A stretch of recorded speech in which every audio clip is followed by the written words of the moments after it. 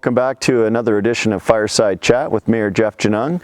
I am Mayor Jeff Genung, and this is our Member of Legislative Assembly, MLA Peter Guthrie. Thanks for joining me today, Pete. Yeah, well, thanks for having me. Yeah. Appreciate it.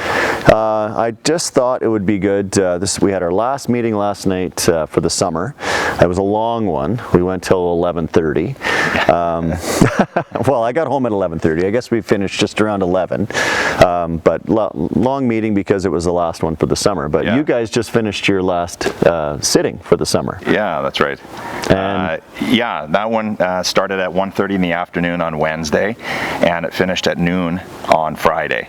So we went all through the night Wednesday night, all through the night Thursday night, and yeah, we got everything wrapped up that we were wanting to and expecting to, and we were scheduled to go till August 1st. So you know, getting everything done before Stampede was unexpected, but we were pretty pleased with it. Yeah, I bet. So our council has nothing to complain about. Is that what you're saying? Oh, you guys need longer meetings for sure. Absolutely. Yeah. Well, it was a good meeting, but so maybe I just wanted. I'm really happy that you could join us today. Yeah, no problem. It was Peter and I have been working really closely together. I'm really happy with the relationship that we have so far. It's been great. Yeah. You've been advocating on our behalf. We share constituents, so we're kind of, I think, teammates, just at different levels, working for the same people. But maybe highlight a couple of things that you've been working on for Cochrane. Yeah, okay, so a lot of the same things that you've been advocating for, I've been advocating for. 1A and 22 intersection obviously is important for this community. I've been hearing about it for years. Myself, I know the previous Conservative government, they were looking at twinning the highway and doing the intersection. We had a change in government, and on the agenda was placed the 1A and 22 intersection. That's currently still in the design phase. My worry is that if we were to only complete the 1A and 22 intersection, spend the 80, 90, 100 million that it's going to cost, what's going to be the chances for us as a community to have the road twinned again after the fact? So what I've been advocating for is to try to have it twinned and do the intersection at the same time. Well, I think you'd get no complaints from anyone in Cochrane. If we were able to get that done, that would be spectacular. So yeah, keep up the work on that for sure. I appreciate it. Yeah, I will. Yeah, and I had an opportunity yesterday at the Premier Stampede Breakfast, which you were there, to see Minister Nixon, Minister Environment. We've been talking to him about our water needs. I noticed you had a video that you put out, and you had a question period to the minister about water. I understand his parents actually live in Cochrane, and I was teasing him a little bit yesterday about if you want anyone else from your family to move to Cochrane, we're going to have to figure out the water first. So he chuckled and he said, your MLA has been on me about that, so I appreciate that as well. So. Yeah, well, it's something that I don't think that many people in our community know and understand, that we're 7 to 8 years away from limiting out our water license, and I know you've been really trying to advocate for and find solutions for that. So I'm just trying to support you and getting that accomplished. If we're going to have a license or obtain a license, we're going to need to build a water plant. That's going to take 3-4 years, and if we're 7 to 8 years out of limiting out on that water license, you know, we need to be acting quickly, and you are. So I'm happy to help. Yeah, well, that's awesome. So that's a couple of the things that you've been working on, and like through the night for us.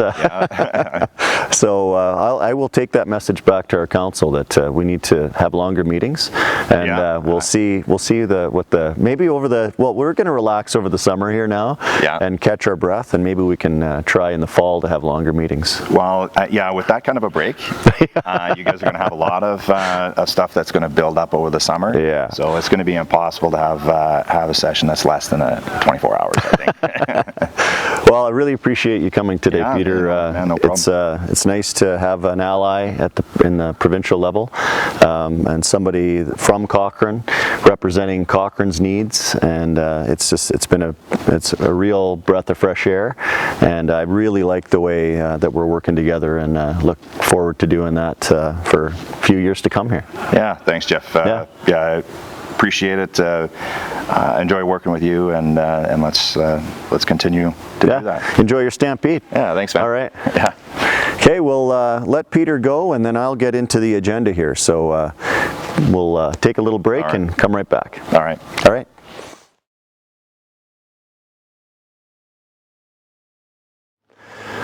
Okay, welcome back to Fireside Chat. Let's get to the council meeting from last night.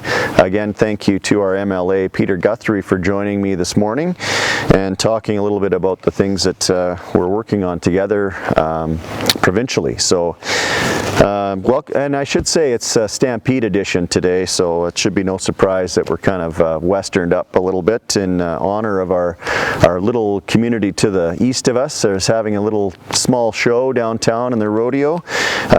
We'll show them up in the fall with our Labor Day rodeo and show them how it's really done. So anyway, Stampede edition of Fireside Chat. Let's get to the meeting. It was a long one, not quite as long as the filibuster in the legislature last week, but nonetheless a long meeting for us at council.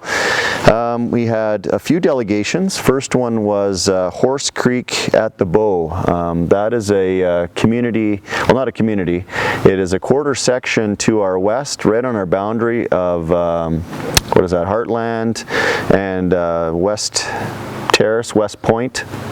There's a landowner that is currently on the outside of Cochrane looking to have their land included in the long-term vision that council's been working on. Of course, it's in draft version right now, and we are getting feedback from the community.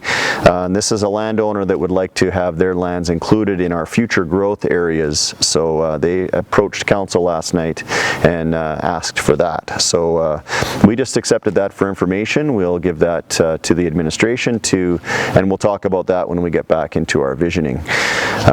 So that was that. Next we had a presentation from the Cochrane Society for Housing Options.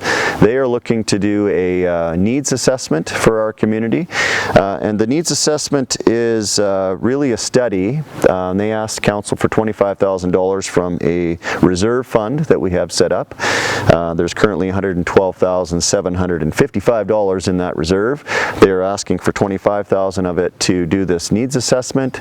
The needs assessment will identify gaps in our housing that we have currently in the community. They do one of these every so often. I believe the last one was in 2006, 2009 maybe. Every time well, this would be the third one. The first two, they were able to utilize the findings of the study to leverage $1 million each time, so $2 million of grant funding with this. So council approved the $25,000. Thank you to the Society for Housing Options and the board for all the hard work they do, and look forward to seeing that needs assessment done. Next, we had our auditor come forward and give us the 2018 financial statements, and council had a look at that. We had the presentation. There was nothing out of the ordinary, so we accepted the 2018 audited financial statements. We took a small break, and then we moved into bylaws. The only bylaw on last night's agenda was from the East End. We had it was bylaw 20, so it was a section of land. There's 3 parcels that are across from Krang Spirits and on Main Street, and the landowner there has applied for a change of use from R2X to CB, which means they would like to have commercial on the main floor with a residential component above. So council has previously changed the zoning on the first 2 pieces of land, and this would be the third. So we gave that second and third reading last night, so it looks like that will be moving ahead. And proposed so far on that site is a professional building, medical type uses for doctor's office, diagnostics, maybe a pharmacy of some kind, coffee shop maybe. Those are some of the uses that are being proposed on the main floor, and then obviously commercial above, or residential above, sorry. Adequate parking, so some of the things that we restricted last night was the height. It will only be to a maximum of 3 stories. So we've taken the feedback from the community that we heard from the East End Settlement Association and applied that into the CB zoning. So there were some restrictions on that.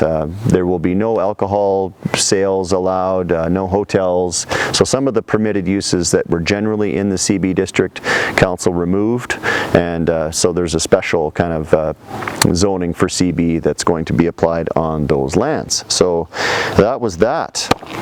Moving into business, we had a presentation from Mr. Luft from Parks. He was presenting the findings from, well, the work that's been done by the Parks and Rec Committee on off-leash criteria in developing neighborhoods. So this is the criteria that a developer would have to follow if they were proposing a off-leash area in a new development. So you may remember we've talked about this in the past on criteria for off-leash areas, but that was in existing neighborhoods. So this set of criteria is for new developments. So the plan here is to have a list that a developer would have to follow to make sure they build an off-leash area the way that we would like, and that the hope is that people would buy into a community knowing where the off-leash areas are before they buy. So if you're no more of not in my backyard where we're trying to put an off-leash area in an existing neighborhood, this is for new ones. So council wasn't completely happy with all of the recommendations, so we essentially sent this back to the committee for more work, specifically around fencing. There's some issues, I'm sure people are aware, the Jim Uffelman off-leash area down by the river, where the new bridge is being built. There's a lot of multi-use, so it's a regional trail that runs through there. Obviously people can run, cycle, walk, and obviously off-leash area. So because it's multi-use in nature, there's been a lot of incidents, I guess. So we're trying to not recreate that in another new area. So council sent that back for more work by the committee. Next we had a report. Councillor Flowers had made a notice of motion and directed administration to look into backup beepers. So we're looking at the tonal, which is the beep beep beep, versus the non-tonal, which is the duck quacking backup alarms that you may hear on all the town vehicles.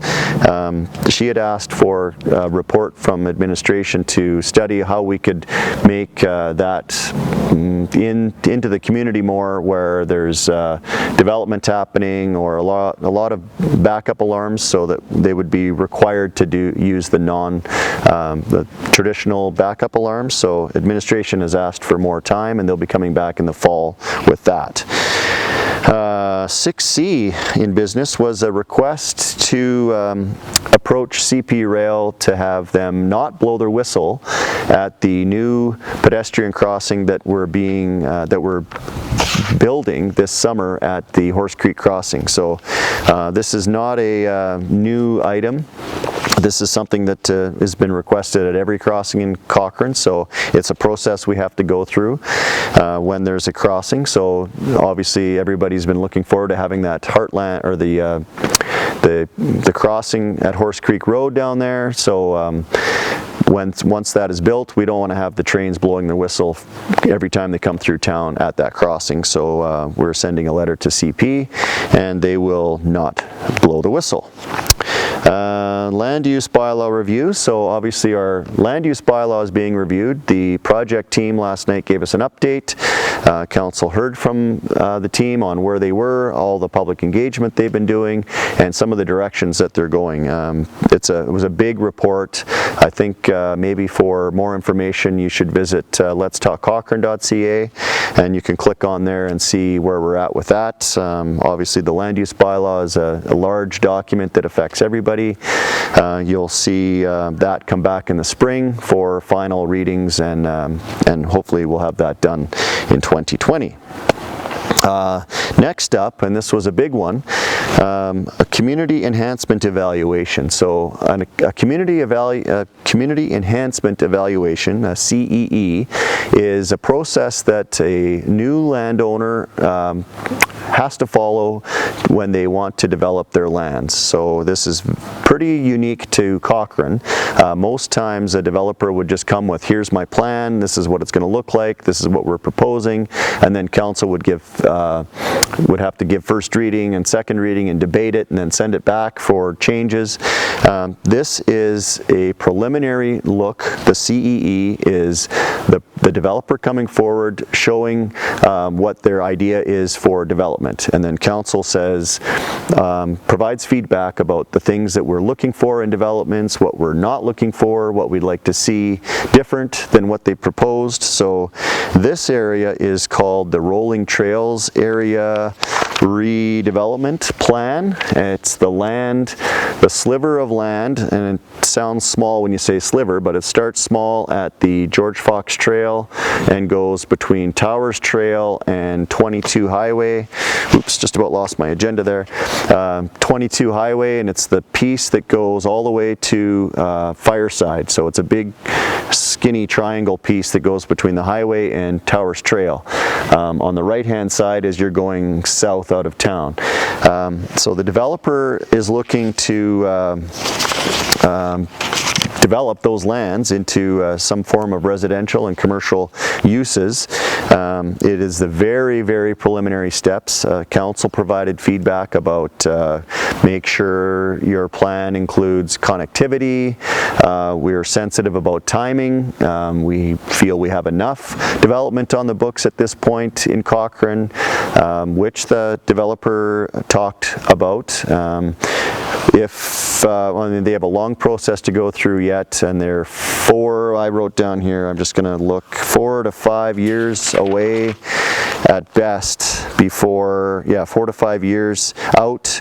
There's a lot of landowners in there, 36 I believe was the number, and a lot of those people are still planning to live there in the current state for 30, 40 years. So this is a long-term plan, but there's currently no plan for those lands long-term. So obviously infrastructure upgrades need to be done first before development can occur. There are a lot of things, access to Fireside, parks and open spaces was talked about, seniors housing, larger lots, lower density, rental units, all things that, and access to Highway 22, not creating a community with only one entrance. A lot of things council brought forward for the developer to consider when they go away and do some more work on this. So I don't want people to think that this is the first we're going to see shovels in the ground next year over there, and I'm not proposing that we develop the lands at all at this point. It's something that we're considering, and when a landowner comes forward, we are legislated to listen to them and what they would like to do. So this is just the first preliminary step of something for a long ways out. So lots of work to do there. One of the things I liked about the area was they are consolidating that entire area and looking at it in one master planned area. So it's not, they don't have to do that. Each landowner could come forward individually with an area redevelopment plan. I like the fact that this is going to be done in one big piece, and again, council will have lots of opportunity to say yay or nay, what we would like to see different, what we need in a community, and when. So, and also the residents will have opportunity through public hearings, etc., in future years as this comes forward. So this was the first glimpse of something that may happen on Rolling Range and Towers Trail area. So that was a big one. That was a big presentation last night. Moving on with that, we had committee appointments. Council is asking administration to form a committee to look at our remuneration, council pay, and the structure and how it's doled out, I guess. So a committee is being struck, but with 4 community members and a past councillor, business owners in the community, to look at how exactly council's being paid. This is normal. This is it happens every term, and we'll have a report back from that committee on what their findings are and what their recommendations are.